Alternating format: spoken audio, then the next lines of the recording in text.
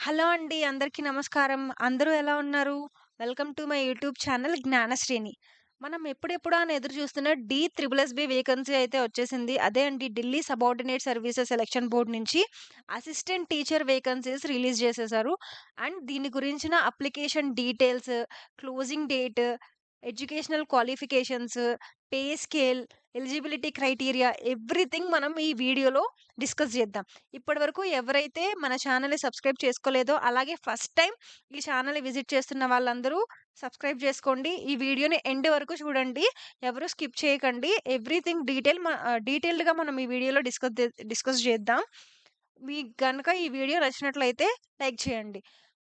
Okay. వీడియోలోకి ఎళ్ళిపోయే ముందు ఈ డి-త్రిబుల్-ఎస్‌బీ వేకెన్సీ ఓన్లీ ఈ పోస్టింగ్ ఢిల్లీలోనే ఉండడం జరుగుతుంది.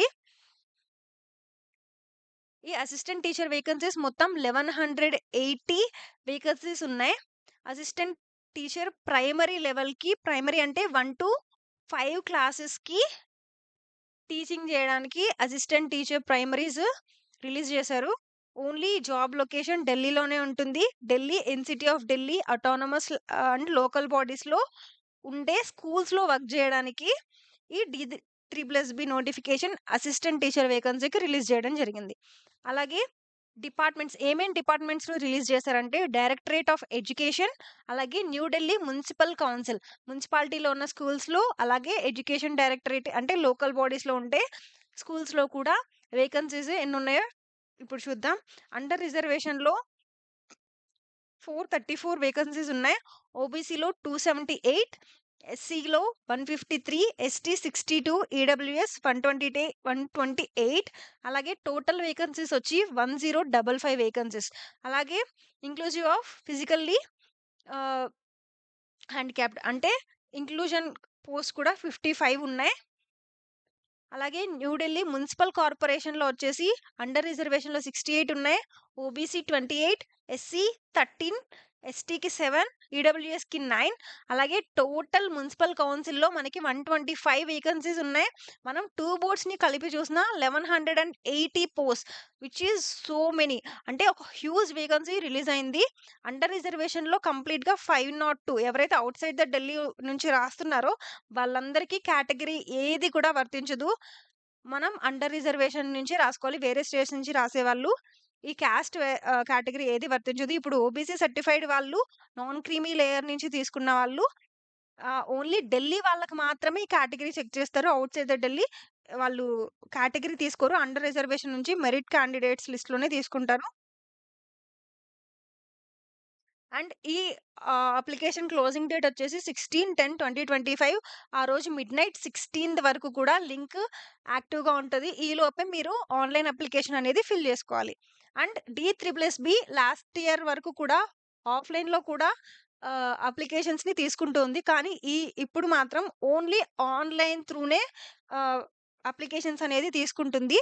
కాబట్టి అందరూ కూడా ఆన్‌లైన్ వెబ్‌సైట్ నుంచి ఈ వెబ్‌సైట్ నుంచి మాత్రమే అప్లై చేసుకోవాలి. నేను డిస్క్రిప్షన్‌లో కూడా ఈ లింక్ ప్రొవైడ్ చేస్తాను. అక్కడి నుంచి మీరు డైరెక్ట్‌గా అప్లై చేసుకోవచ్చు. ఓన్లీ ఇక్కడ ఇంపార్టెంట్ నోట్ అని కూడా క్లియర్‌గా మెన్షన్ చేయడం జరిగింది. Only online applications will be accepted. పోస్ట్‌లో కానీ, లేదా హ్యాండ్‌కి కానీ, లేదా బై మెయిల్ కానీ అప్లికేషన్ సెండ్ చేసినా they are not accepted and they will be rejected. ఏ కరెస్పాండెన్స్ యాక్సెప్ట్ చేయదు అని చెప్పి క్లియర్‌గా మనకి ఆహ్, డి-త్రిబుల్-ఎస్‌బీ నుంచి అయితే మెన్షన్ చేయడం జరిగింది. అండ్ పోస్ట్ డీటెయిల్స్ కనుక వస్తే, పోస్ట్‌లో ఎన్ని వేకెన్సీస్ ఉన్నాయి ఇవన్నీ మనం ఆల్రెడీ డీటెయిల్‌గా చెక్ చేసాము. నెక్స్ట్ ఎడ్యుకేషనల్ క్వాలిఫికేషన్ చాలా ఇంపార్టెంట్ థింగ్. దీనికి ఏ ఎడ్యుకేషన్ క్వాలిఫికేషన్ కావాలి అంటే సీనియర్ సెకండరీ అంటే ఇంటర్మీడియేట్ చేసి అండ్ అట్‌లీస్ట్ 50% మార్క్స్ ఉండాలి. మీకు +2లో హైర్ సెకండరీలో సీనియర్ సెకండరీలో +2లో 50% ఆఫ్ మార్క్స్‌తో అండ్ దానితో పాటుగా in addition to that 2 years of diploma in elementary education D El Ed compulsory చేసుండాలి from a recognised board. Any recognised board నుంచి డీఎడ్ +2 ఉండాలి.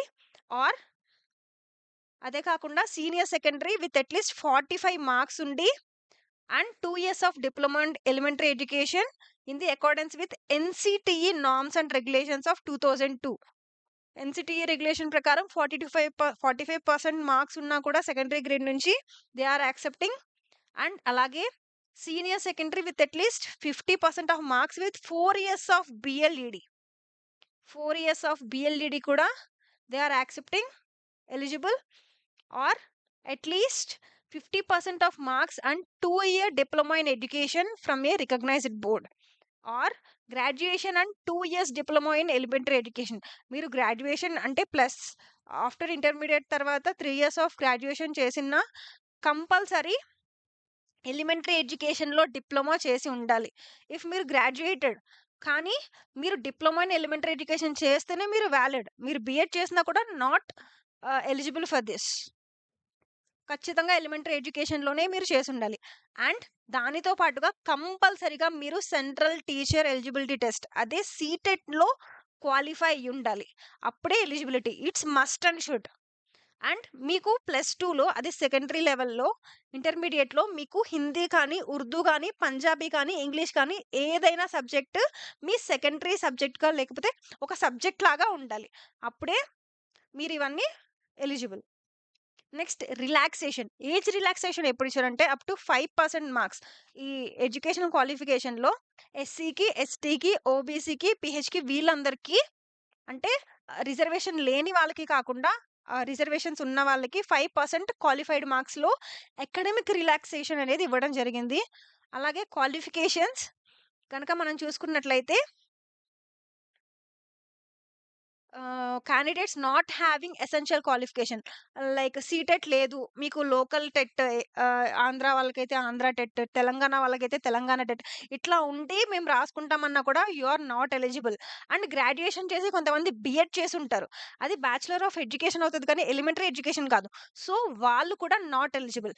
కంపల్సరీ సీటెట్ ఉండాలి.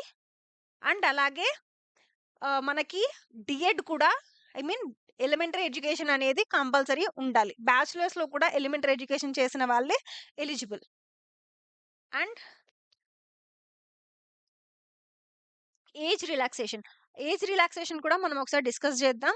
అండ్ ఎక్స్పీరియన్స్, దీనికి ఎలాంటి ఎక్స్పీరియన్స్ అక్కర్లేదు. ఎక్స్పీరియన్స్ ఉన్నా లేకపోయినా ఎలా ఉన్నా కూడా వీళ్ళు తీసుకుంటారు. ఫ్రెషర్స్కి కూడా ఎలిజిబుల్ అనమాట. పే స్కేల్ ఎలా ఉంటుందంటే 35,400 to 1,12,000. పే లెవెల్ 6 నుంచి తీసుకుంటారు పే స్కేల్ అనేది. అండ్ ఏజ్ లిమిట్ వచ్చేసి నాట్ ఎక్సీడింగ్ 30 years. ఎవరైతే 30 yearsకి బిలో ఉంటారో వాళ్ళు ఎలిజిబుల్ అనమాట. అండ్ వీళ్ళకి ఏజ్ రిలాక్సేషన్ అనేది కూడా టేబుల్ ఇచ్చారు మనకి, అది మళ్ళీ మనం డిస్కస్ చేద్దాం. And contractual employ of same డిపార్ట్మెంట్లో ఎవరైతే కాంట్రాక్చువల్గా ఆల్రెడీ ఢిల్లీ స్కూల్స్లో కాంట్రాక్చువల్గా వర్క్ చేస్తూ ఉంటారో వాళ్ళు 5 years అక్కడ వర్క్ చేసి ఉంటే 120 working days in their particular year of అకార్డింగ్స్ అంటే వాళ్ళకి సపరేట్ అనెక్చర్ 1లో మెన్షన్ చేస్తున్నారు. ఆ కాంట్రాక్చువల్ ఎంప్లాయీస్ ఢిల్లీలో అక్కడ ఆల్రెడీ కాంట్రాక్చువల్ వర్క్ చేసిన వాళ్ళకి ఏజ్ రిలాక్సేషన్ అనేది ఇస్తారనమాట. Next municipal council. ఇందులో కనుక మనం చూసుకున్నట్లయితే 12th క్లాస్ ప్లస్ 50% మార్క్స్ ఉంటే సరిపోతుంది. And 2 years in diploma in primary education కానీ ఏదైనా బిఎల్ఈడి కానీ డిఎడ్ కానీ ఉండాలి. అండ్ వీళ్ళకి సీటెట్ ఉండాలి. అండ్ సీటెట్ కూడా వీళ్ళకి కంపల్సరీ ఉండాలి. And must have passed Hindi as a subject in 10th class. వాళ్ళకి కంపల్సరీ 10th క్లాస్లో Hindi must and have subjects in municipal కౌన్సిల్లో కంపల్సరీ ఉంది. అండ్ వీళ్ళకి కూడా పే స్కేల్ 6. అండ్ వీళ్ళకి కూడా అక్కడ కాంట్రాక్చువల్గా వర్క్ చేసే వాళ్ళకి 5 years ఏజ్ రిలాక్సేషన్ అనేది ఉంటుంది. నెక్స్ట్ మనం PW person with bench mark disabilities పీడబ్ల్యూబిడి category కనుక మనం చూసుకున్నట్లయితే కేటగిరీ ఏ కిందకి బ్లైండ్నెస్ అండ్ లో విజన్ వాళ్ళు వస్తారు. కేటగిరీ బిలోకి deaf and hard of hearing. And category C వాళ్ళు వచ్చేసి locomotor disability including cerebral palsy, leprosy cured and dwarfism వాళ్ళు వస్తారు. Acid attack victims and muscular dystrophy.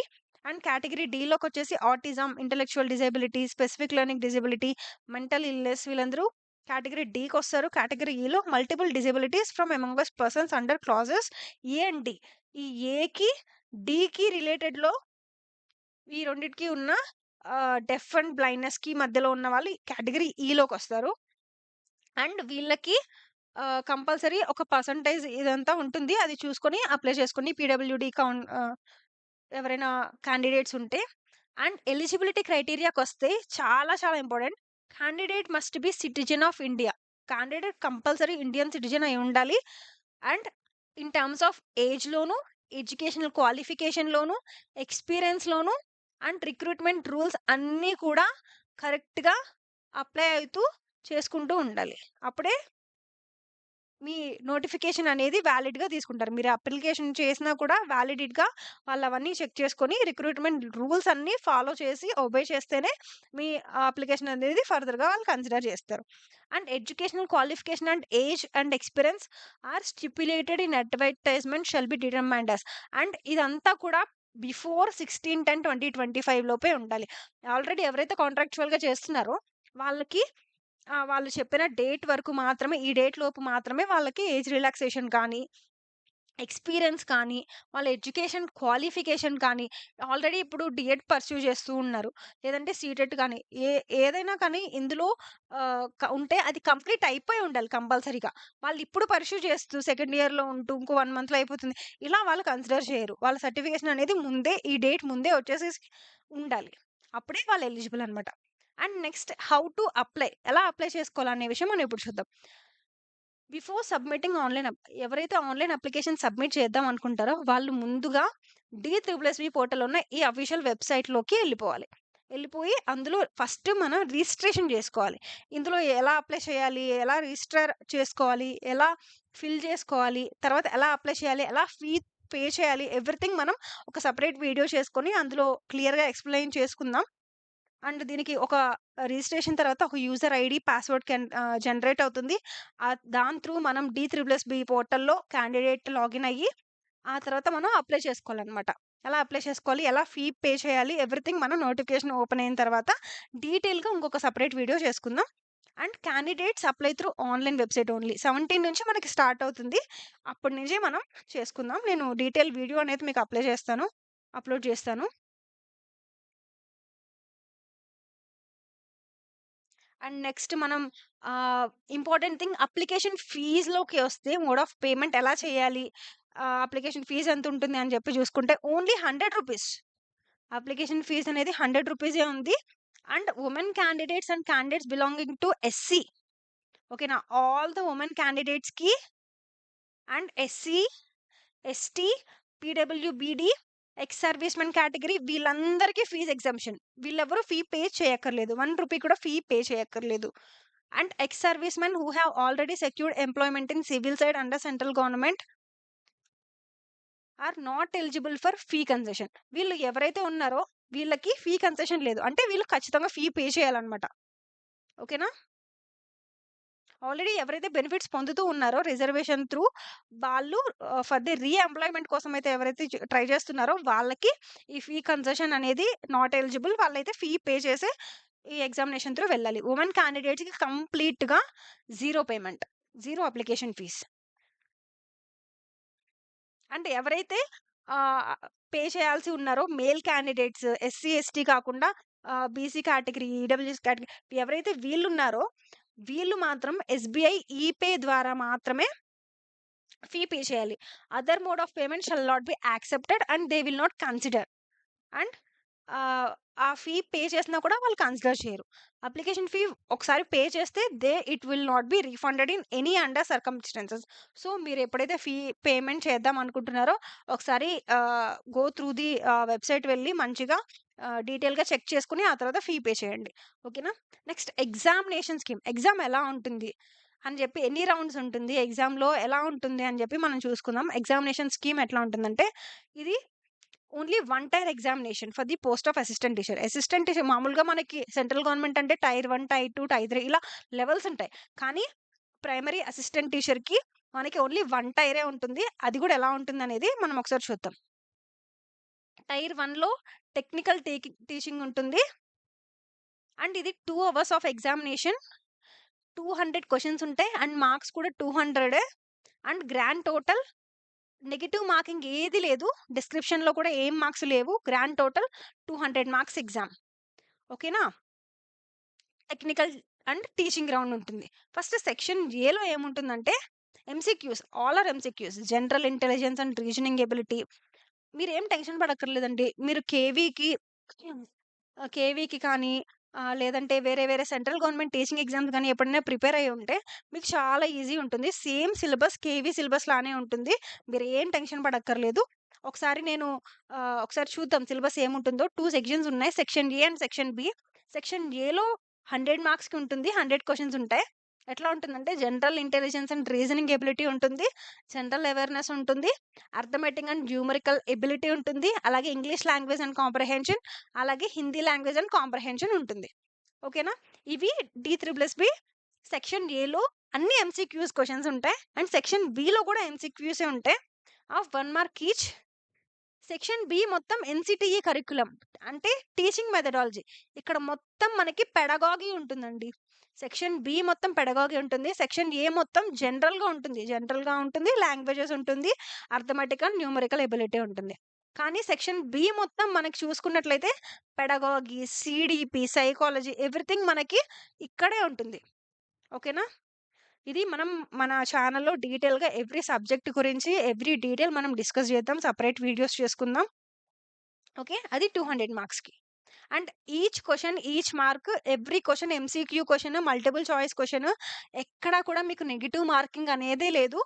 ఈజీగా మనం కేవీ ప్రిపేర్ అయిన వాళ్ళు, సీటెట్ రాసిన వాళ్ళు ఈజీగా క్రాక్ చేయొచ్చండి మీరు కొంచెం కష్టపడితే. నెక్స్ట్ అండ్ మనకి ఎగ్జామినేషన్ ఎట్లా ఉంటుందంటే, ఎగ్జామినేషన్ విల్ బి బైలింగ్యువల్. హిందీలోను, ఇంగ్లీష్‌లోను ఉంటుంది. Except for the language papers. ఇప్పుడు language papers will be given in language concerned only. ఇప్పుడు మనం లోకల్ లాంగ్వేజ్ మనం పెట్టుకుంటే, లోకల్ లాంగ్వేజ్‌లోనే కాంప్రహెన్షన్ ఉంటుంది. Hindi language and comprehension. And అలా కాకుండా బైలింగ్యువల్ పెట్టుకుంటే లైక్ హిందీ, ఇంగ్లీష్ లో కంపల్సరీ ఉంటుంది. సో, ఈజీగా బైలింగ్యువల్ నుంచి మనం క్రాక్ జేయొచ్చు. నెక్స్ట్ డి3+బి reserves the right to change amend examination scheme. Examination స్కీమ్‌ని ఎప్పుడైనా ఆహ్, బిఫోర్ ద ఎగ్జామినేషన్ ఎప్పుడైనా వాళ్ళు చేంజ్ చేసుకోవచ్చు. అంటే ఎగ్జామ్ డేట్స్ కానీ, ఎగ్జామ్ టైమింగ్స్ కానీ వాళ్ళ ఇష్టం ఎప్పుడైనా వాళ్ళు చేంజ్ చేసుకోవచ్చు. సో, ఇది వన్ టైమ్ టెక్నికల్ ఆహ్, టీచింగ్ ఎగ్జామినేషన్ కాబట్టి ఖచ్చితంగా మినిమమ్ క్వాలిఫైయింగ్ మార్క్స్ అనేవి ఉంటాయి. కట్ ఆఫ్ అనేది ఉంటుంది. ఆ కట్ ఆఫ్ అనేది నార్మలైజేషన్ ప్రాసెస్ ద్వారానే వీళ్ళు క్లియర్ చేస్తారు. ఎందుకంటే డిఫరెంట్ డేస్ ఇది కంప్లీట్‌లీ కంప్యూటర్ బేస్డ్ ఎగ్జామ్ అండి. ఆన్‌లైన్ ఎగ్జామే, కంప్యూటర్ బేస్డ్ ఎగ్జామే. సో, నార్మలైజేషన్ అనేది కంపల్సరీ ఉంటుంది. దాన్ని బట్టే వీళ్ళు మార్కింగ్ స్కీమ్ అనేది ఇవ్వడం జరుగుతుంది. ఖచ్చితంగా ఆ కట్ ఆఫ్‌ని క్లియర్ చేయాలి. And post preferences. ఇప్పుడు మీరు జాబ్ రాసిన తర్వాత పోస్ట్ ఎక్కడొస్తుందంటే directorate of education, new Delhi municipal council ఇవన్నీ కూడా ఢిల్లీలోనే మనకి రావడం జరుగుతుంది. ఓకేనా? ఒక పోస్ట్‌కి excess at least 1 preference for a post. ఎవరైతే ఇచ్చిన టైంలోపు పోస్ట్ ప్రిఫరెన్స్ ఏ ఏరియాలో కావాలి, ఎలా కావాలని గాని ఫైనల్ రిజల్ట్ లోపు ఖచ్చితంగా వాళ్ళు మెన్షన్ చేయాలి. లేకపోతే ఆపర్చునిటీ అనేది వేరే వాళ్ళకెళ్ళిపోతుంది. ఈ eligibility criteria, education qualifications, age, skill test everything మీరన్నీ చూసుకొని మీకు ఆహ్, ఆప్ట్ అవుతుంది అనుకుంటే మాత్రం మీరు కంపల్సరీ అప్లై చేసుకోండి. వెరీ వెరీ యూజ్‌ఫుల్ ఎగ్జామ్ ఇది. అండ్ మోడ్ ఆఫ్ సెలక్షన్ ఎలా సెలెక్ట్ చేస్తారు అంటే నేను ఆల్రెడీ చెప్పాను కదండీ! ఇది computer based exam. So, normalisation compulsory ఉంటుంది. అండ్ వీళ్ళ దగ్గర నార్మలైజేషన్ ఫార్ములా అదంతా ఉంటుంది. సో, దాన్ని బట్టి వాళ్ళు ఫైనల్ మెరిట్ నుంచి కట్ ఆఫ్ క్లియర్ చేసి వాళ్ళు నోటిఫికేషన్ నుంచి ఇస్తారనమాట. ఇందులో డెమోలు కానీ అలా ఏముండదండి. డైరెక్ట్ మీరు సెలెక్ట్ అయ్యారంటే మీకు జాబ్ వచ్చేస్తుంది. అండ్ నెక్స్ట్ ఆన్‌లైన్ అబ్జెక్షన్స్ ఇవన్నీ కూడా సేమ్ మనకి ఎగ్జామ్స్ ఎలా ఉంటాయో మీకేమైనా డౌట్స్ ఉన్నా ఆన్‌లైన్ ఎగ్జామ్ అబ్జెక్షన్స్ మనం రైజ్ చేయొచ్చు. ఏమైనా డౌట్ ఉన్నా కూడా అండ్ ఆన్సర్ కీస్ ఫైనలైజ్ చేసే ముందే ఆన్సర్ కీస్ రిలీజ్ చేయడం జరుగుతుంది. మీ రెస్పాన్స్ షీట్ రిలీజ్ చేయడం జరుగుతుంది. మీరు అబ్జెక్షన్స్ నిర్మొహమాటంగా మీరు రైజ్ చేసుకోవచ్చు. అలాగే నేను మీకు already minimum cut off mark ఉంటుంది అని చెప్పాను. Cut off mark compulsory clear చేసిన వాళ్ళకే ఇది అనేది ఉంటుంది.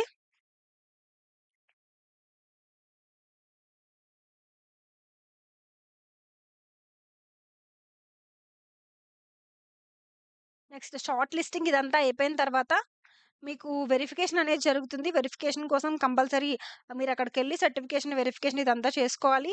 తర్వాత రిజర్వేషన్ బెనిఫిట్స్. ఇప్పుడు కొంతమంది SC, ST, OBC, EWS, PWBD ఈ నోటిఫికేషన్ ఏమంటే రిజర్వేషన్స్ వాళ్ళుంటారు గదా! వీళ్ళకి రిజర్వేషన్ బెనిఫిట్స్ ఎలా ఉంటాయి అంటే వాళ్ళు పర్టిక్యులర్ కేటగరీ ఎప్పుడైతే ఆన్‌లైన్‌లో అప్లై చేస్తారో అప్పుడే వాళ్ళు క్లియర్‌గా వాళ్ళ కేటగరీని సెలెక్ట్ చేసుకోవాలి.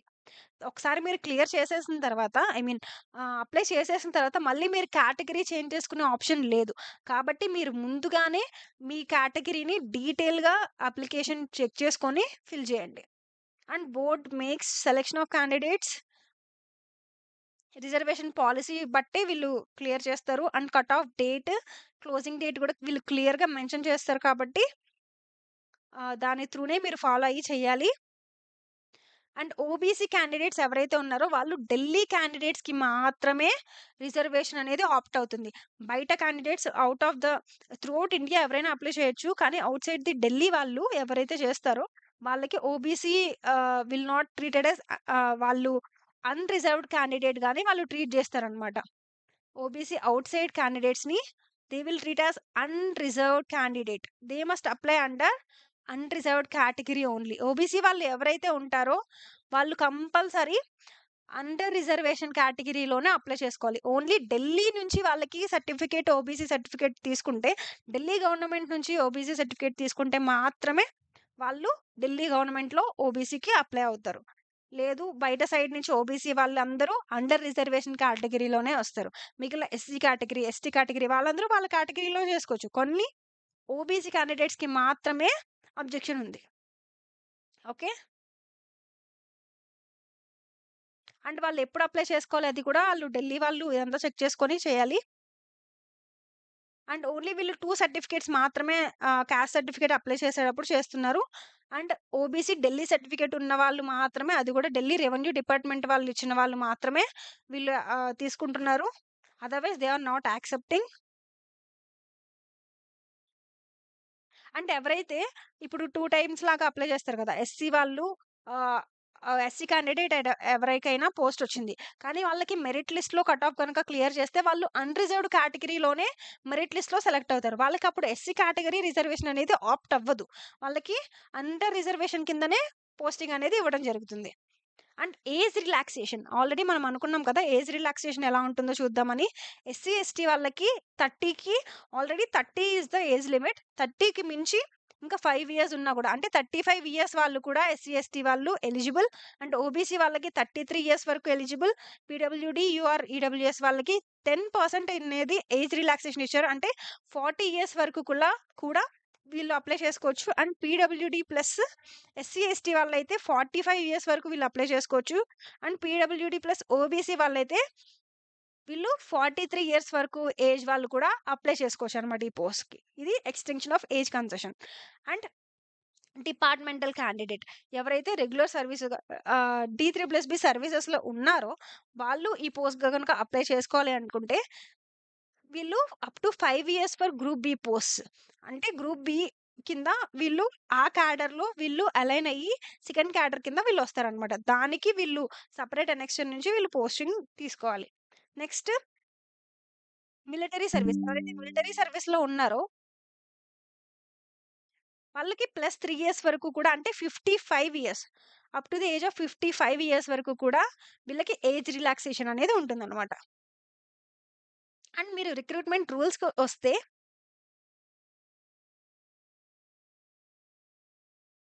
ఓకే. రిక్రూట్‌మెంట్ రూల్స్ ఇవన్నీ కూడా ఢిల్లీ గవర్నమెంట్ నుంచే గనక మనం తీసుకున్నారు. అలాగే yes. This is the complete details. Candidates వీళ్ళందరూ ఎలా అప్లై చేసుకోవాలి, ఎలా కేటగరీ కింద సెలెక్ట్ చేసుకోవాలి, ఎవ్రీథింగ్ అనేది మనం బోర్డ్ ఫైనల్ డెసిషన్ మీద ఆధారపడి ఉంటుంది. సో, మీకు ఏం డౌట్స్ ఉన్నా కింద కామెంట్ సెక్షన్‌లో కామెంట్ చేయండి. ఎలాంటి డౌట్స్ ఉన్నా నేను ఎప్పుడూ అవైలబుల్‌గా ఉంటాను. మీ డౌట్స్‌ని క్లియర్ చేస్తాను. Thank you for watching me this video. మీకు ఎవ్వరికి ఇంపార్టెంట్ అనుకున్నా కూడా నిర్మొహమాటంగా మీరు అప్లై చేసుకోవచ్చు. వుమెన్‌కి ఫ్రీ ఆఫ్ కాస్ట్. ఎలాంటి అప్లికేషన్ ఫీ పే చేయకుండానే మీరు ఎగ్జామ్ రాసుకోవచ్చు. అండ్ మర్చిపోకండి ఎగ్జామ్ ఢిల్లీలోనే ఉంటుంది. ఢిల్లీ వెళ్లి రాయాలి. అండ్ పోస్టింగ్ కూడా మీకు ఢిల్లీలోనే వస్తుంది. ఓకేనా అండి? Thank you for watching me this video. ఇలాగే నన్ను సపోర్ట్ చేస్తూ ఉండండి. Thank you for watching me. Thank you.